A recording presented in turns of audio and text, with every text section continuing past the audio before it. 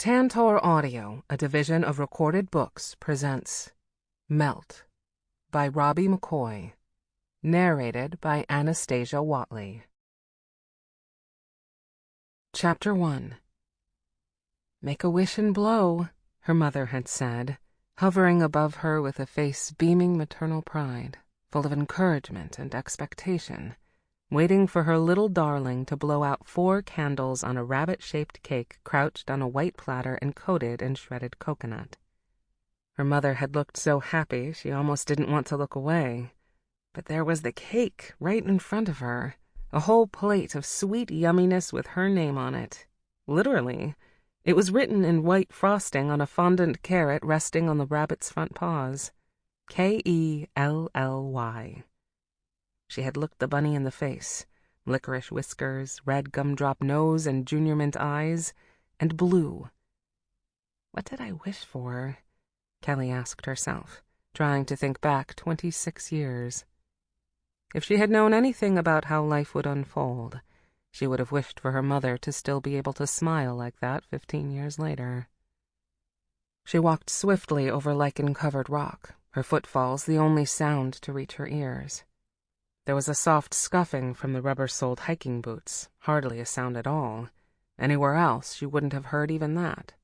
But the silence here was so complete that if she had been standing still, she might have heard her heartbeat. The sun was high in the sky, and a delicate breeze wafted in from the bay.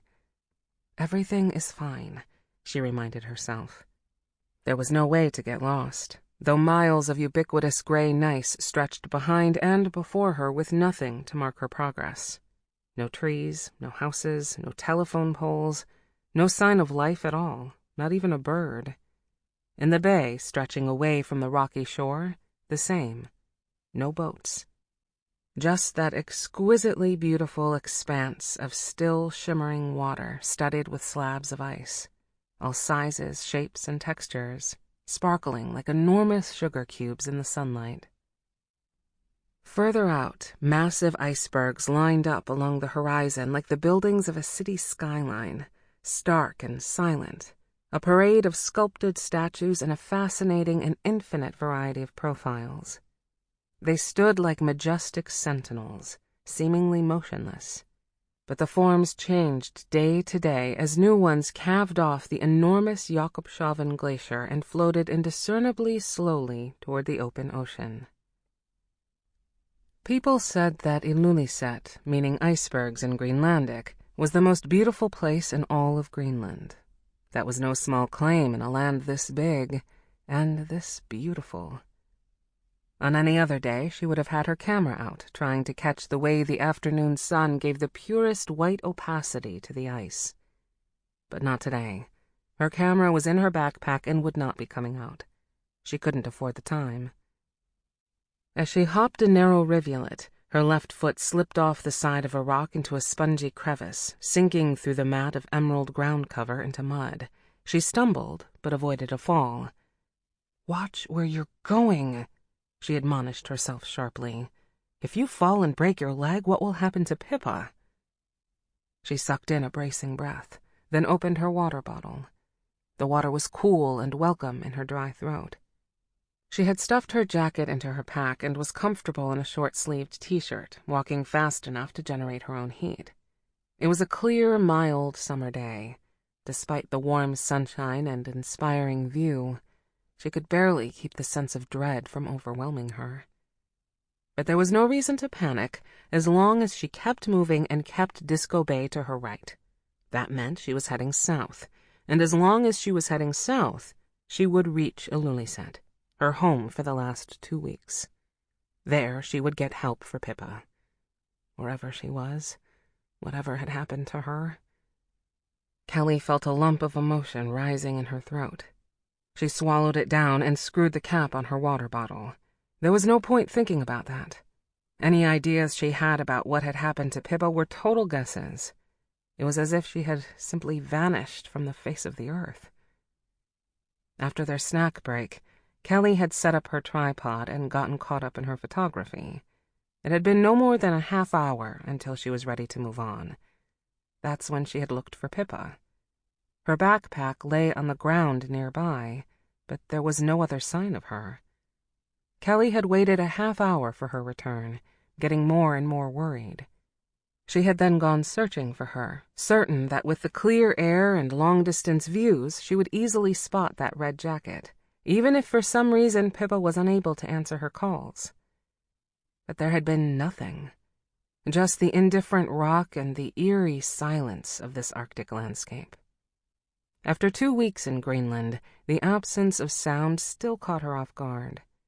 It reminded her of the complete darkness every cave guide subjects you to. The lights go out, and you see nothing but a solid field of black. It's a shock because you realize something that wasn't apparent before.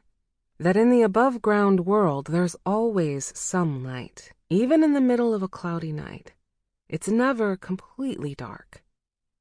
Just as there is always some light, she had now learned there is also always some noise. The hum of traffic in the distance, the rustling of leaves, insects chirping. But here, there was no sound at all. Even with the wind blowing, there was nothing for it to rustle. The only plants growing here were tucked into crevices between the rocks, most of them no more than an inch tall. One exception was the Arctic cotton grass, the delightful flowers Kelly had become so taken with. They grew a few inches off the ground on thin, bare stems, soft white puffballs the size of a marshmallow. They bent and bobbed in the wind, but their fluffy heads made no sound. Even in town, the silence was almost complete. The other day she had mentioned the remarkable silence to Pippa, who hadn't understood. She'd never been outside of Greenland. She had been born in Ilulissat, and her experience of the rest of the world came from books, television, and movies. "What do you mean there are no sounds?" she'd asked. "I just now heard a dog barking." "Yes, there are sounds, but in between those sounds, there's nothing. It's like a vacuum. There's no white noise. It's like if you had a fan running and it made a continuous hum. You wouldn't hear it at all after a while. But if it suddenly went off, you'd notice. You'd hear the lack of it. That's what I'm experiencing." "Like a fan running all the time?" Pippa had screwed up her face, mystified. "Is that what it's like where you live? If I ever come to Colorado, I'll be sure to pack earplugs." She snorted at her joke. Thinking about Pippa's pretty young face and her carefree, snorting laugh reminded Kelly of her current situation, and a wave of despair threatened to swamp her. This morning, when they'd set out on their hike, Kelly hadn't thought of it as dangerous at all. Just a little adventure. Lots of people did it. Pippa herself had done it several times. Walking over this same terrain this morning with Pippa leading the way, it hadn't been the least bit scary. But now she was alone. Intensely alone. In a place she'd never been before, not knowing how urgently Pippa was depending on her to bring help. The decision to continue on her own had been tough. She had waited too long, hoping Pippa would return. She had wasted that hour, 60 minutes, during which Pippa could have been bleeding to death for all she knew. And there she'd been, sitting on her butt doing nothing.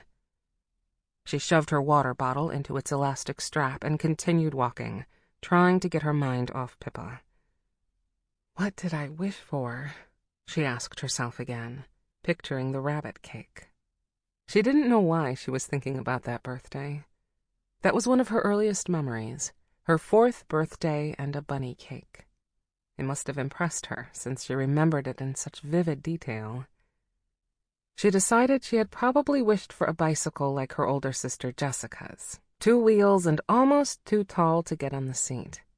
She had tried to ride Jess's bike a couple of times, but Jess was fiercely possessive, especially after Kelly had taken a spill and bent the front fender.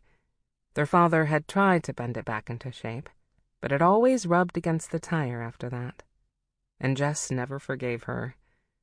Nope, that was an exaggeration. She did eventually forgive her, when she got a new bike on her 13th birthday. A beautiful purple mountain bike. Kelly was so jealous of that bike. She had fantasies for weeks about bending the fender on that one, too. but she hadn't dared. Jess would have broken her arm.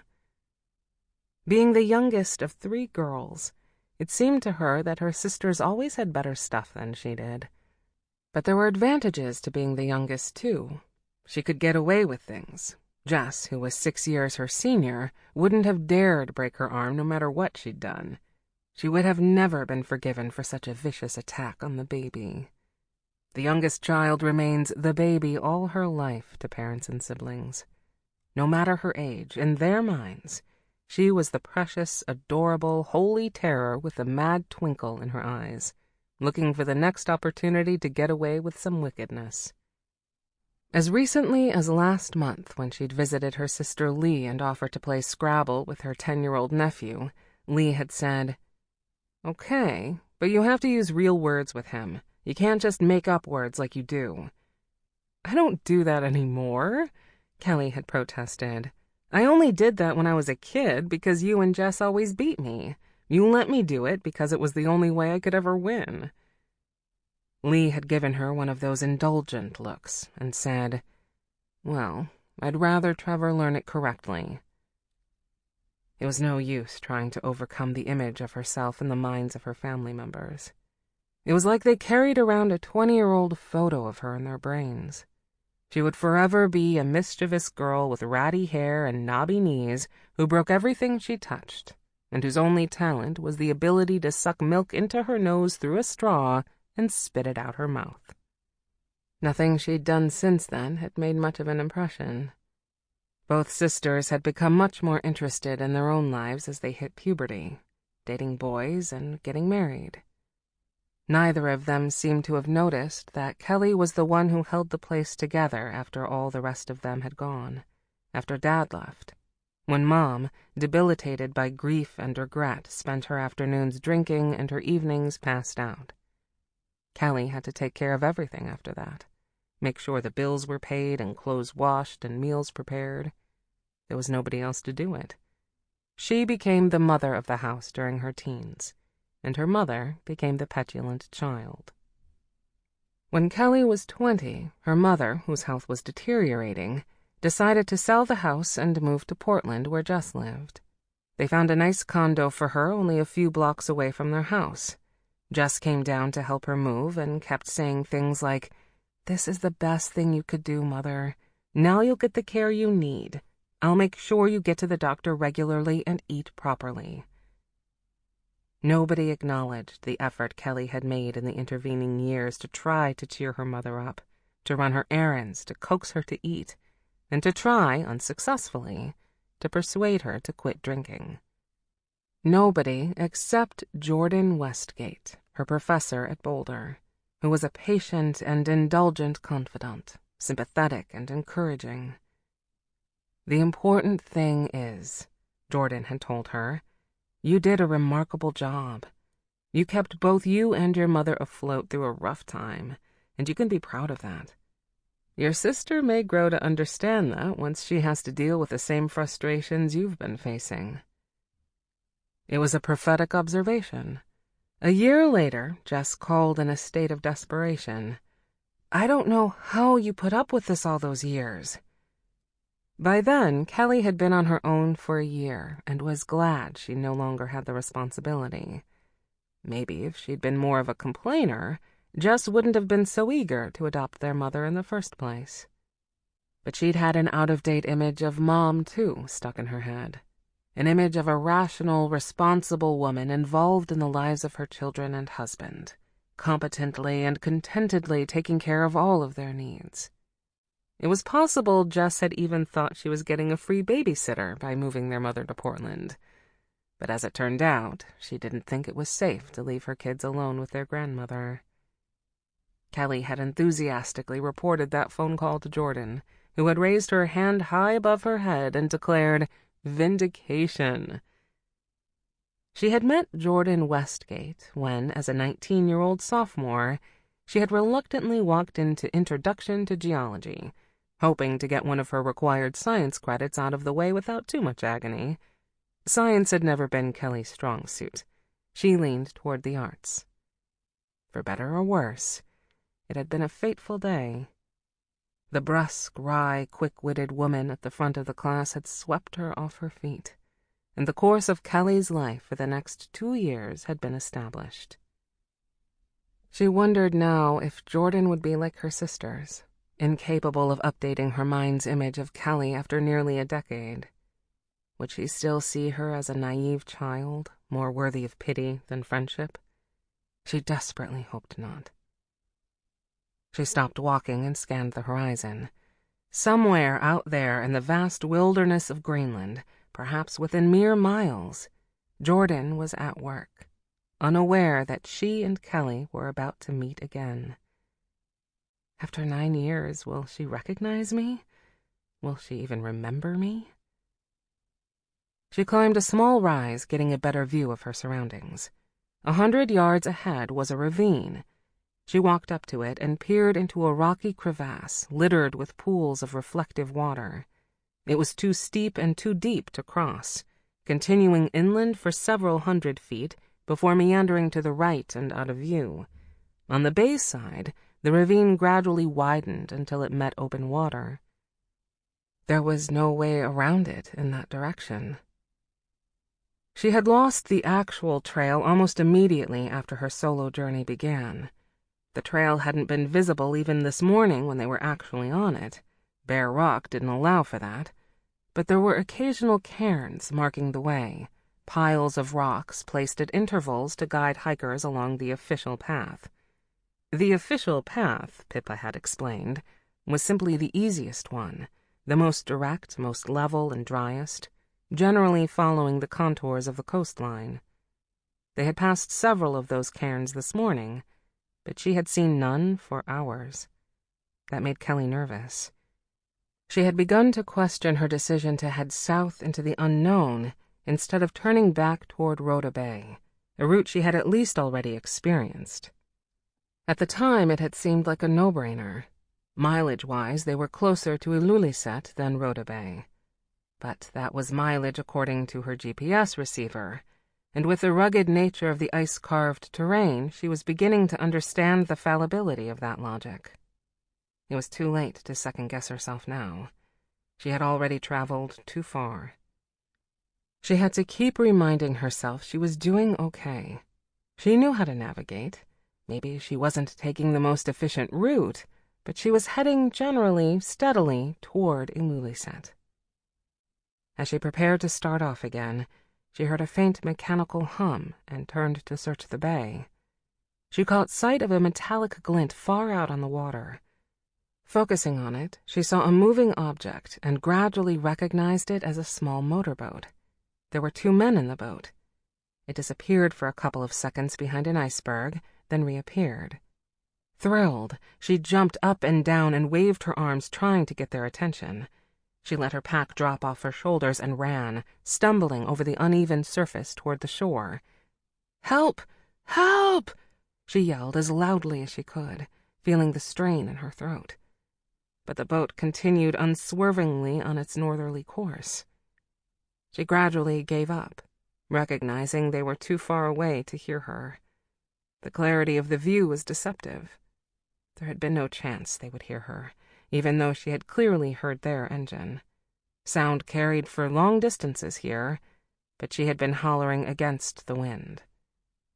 Watching the boat disappear from view, she let her arms fall slack at her sides in defeat. She checked the GPS receiver to see how far she'd come. If she ever doubted the evidence of the bay and the position of the sun to tell her she was going in the right direction, this device would confirm it. The line showing her track was an irregular zigzag. She had gone only 2 miles toward her goal, a disappointing distance. She wasn't sure how far she still had to go. The GPS unit could only calculate her destination in a straight line, and that was obviously not happening, not with this canyon blocking her path, and obstacles yet unknown. At the rate she was going, it could take all day to get to Ilulissat. At least she didn't have to worry about darkness. The sun would hang low on the horizon all night, creating perpetual twilight. Heading inland, she walked alongside the canyon blocking her path, hoping it wouldn't take too long to circumvent. The official trail was probably further inland, routed in such a way as to avoid impediments like this. On maps of the west coast of Greenland, she had seen how irregular it was, cut up into deep gorges, fjords, lakes, and islands. Looking at the map, it was hard to even imagine there was a path you could walk between Rhoda Bay and Ilulissat without a lot of swimming and rock climbing. There was nothing gentle about this place. It was ruggedly beautiful and brutally unforgiving. She was just one woman in the midst of all of this uncompromising land. If an observer could zoom out, Kelly imagined she would immediately disappear, and in her place would be a thin strip of mountainous land, dark and barren. On the west side would be the frigid, endless sea. On the east, the massive, solid ice sheet of the interior. On the tenuous fringe of bare land framing the island lived all the life possible in this country, human, animal, and plant. She felt small and humbled in a way she had never felt before. Trudging through this strange territory, so far away from everything she knew, she was completely immaterial. Except to Pippa, she reminded herself. If she were alive, she would be hinging all her hopes on Kelly. "I'll make it," she reassured herself. Of course she would make it, but the real question was, how long did Pippa have? Or was it already too late? Chapter 2. 8 hours earlier. "Sorry, Mrs. Aronson," Kelly said, sitting on the edge of her bed to pull on her hiking boots. "I don't have time for breakfast. I'll just grab a slice of that brown bread and butter on my way out." Elsa Aronson stood in the doorway in a thin cotton dress that hid her pale legs mid-calf. Her coarse hair, a homogeneous mixture of gray and honey blonde, was pinned back from her face with pink plastic barrettes shaped like butterflies. Her somber, lined face, thin-lipped mouth, and tiny gray eyes all contributed to the look of a no-nonsense woman in the crosshairs of late middle age. She was tall and lean and sturdy, like a fence post. Her personality fit her appearance. Stern and unyielding, she was a paragon of stoic moral rectitude, and she expected no less from her boarders. Among other things, the rules of the house explicitly forbade foul language and overnight guests. If there had ever been a Mr. Aronson, and one assumed there had, he had no doubt been a repressed and frustrated man. Sexual activity was not allowed in this house, not unless it was between a man and his wife. And even then, Kelly was certain Mrs. Aronson did not approve. "I have some fresh-baked birkas to take along," she said in her sing-song Danish accent. "It'll make a nice snack, yeah." "Yes, that would be great," Kelly agreed, remembering the buttery, flaky poppy seed rolls from last week. "We don't need many. We'll have a big lunch in Rhoda Bay." With a curt nod, Mrs. Aronson withdrew from the doorway. Kelly pulled on her jacket and slipped her arms through the straps of her backpack. She smoothed the bedspread carefully, knowing that boarders were expected to tidy their rooms, make their beds, and put away their clothes. That rule had never been voiced, but Kelly had seen Mrs. Aronson in Chuck's room, shaking her head at his clutter with genuine pain on her face. She gave a last glance around her room to make sure she wouldn't cause her landlady any heartaches today.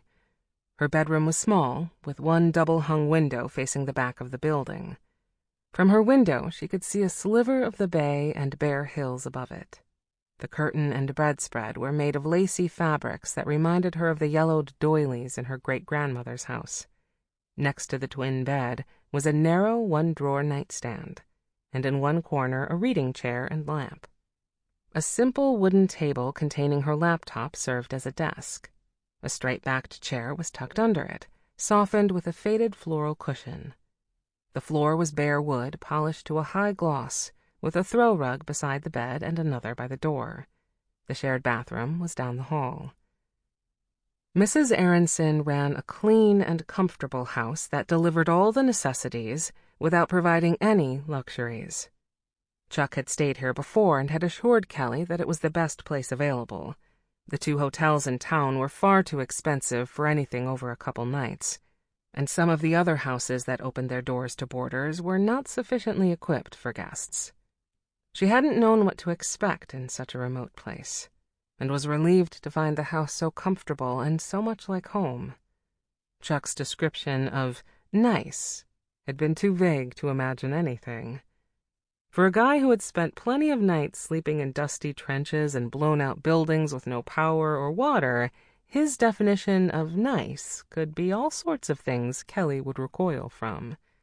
She had no complaints, except for maybe the food. Mrs. Aronson was not a good cook.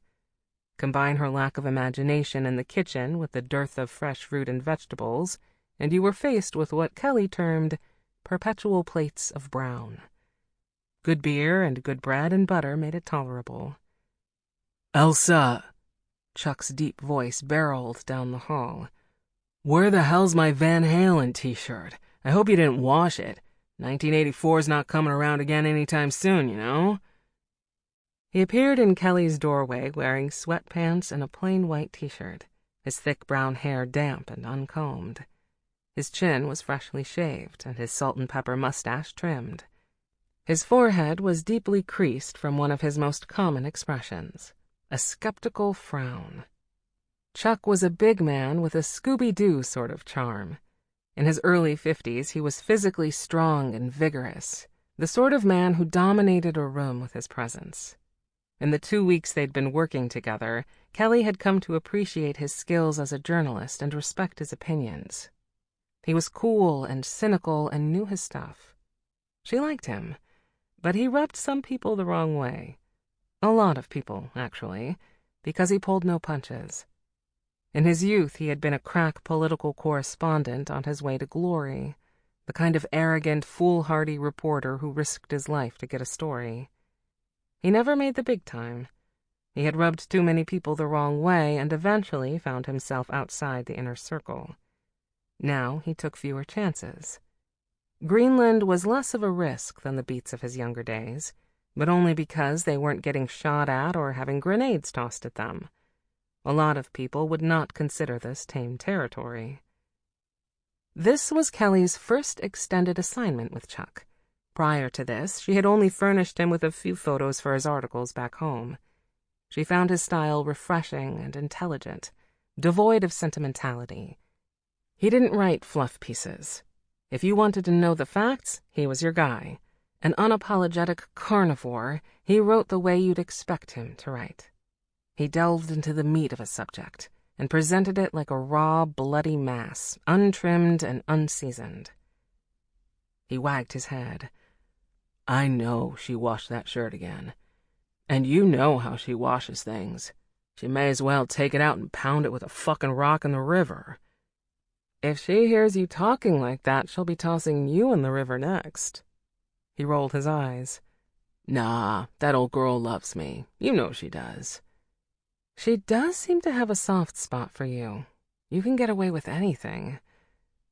Chuck struggled constantly around Mrs. Aronson with his well-ingrained tendency toward crude language. He had complained to Kelly that every time he saw her wince at his speech, he was tossed into the abyss of Catholic guilt that had been his childhood. For reasons not too difficult to imagine, the landlady reminded him of ruler-wielding nuns. "Maybe I can get it out of the machine before she washes all the character out of it." He dashed away. Besides Chuck and herself, there were 2 other boarders, another American named Trevor Waddell, who was an oil company scout, and a Greenlander named Annalise, a woman in her 20s from Nuuk, who taught a summer accounting course to the locals, a government program designed to provide marketable skills to people who were no longer able to make a living in traditional fishing and hunting. Annalise spoke little English and kept to herself. Other than mealtimes, Kelly rarely saw her. The only other resident was Mrs. Aronson's 21-year-old grandson, Jens, on summer break from his university in Denmark. He was a pre-med student who financed his education in part by taking tourists for helicopter tours. Altogether, there were 6 residents in the house and 1 cat, an old calico named Palawak, a Greenlandic word meaning butterfly. Cats were rare in this country. Greenlanders, especially in the northern cities, kept dogs, not cats. But Mrs. Aronson had brought the pet. Sample complete. Ready to continue?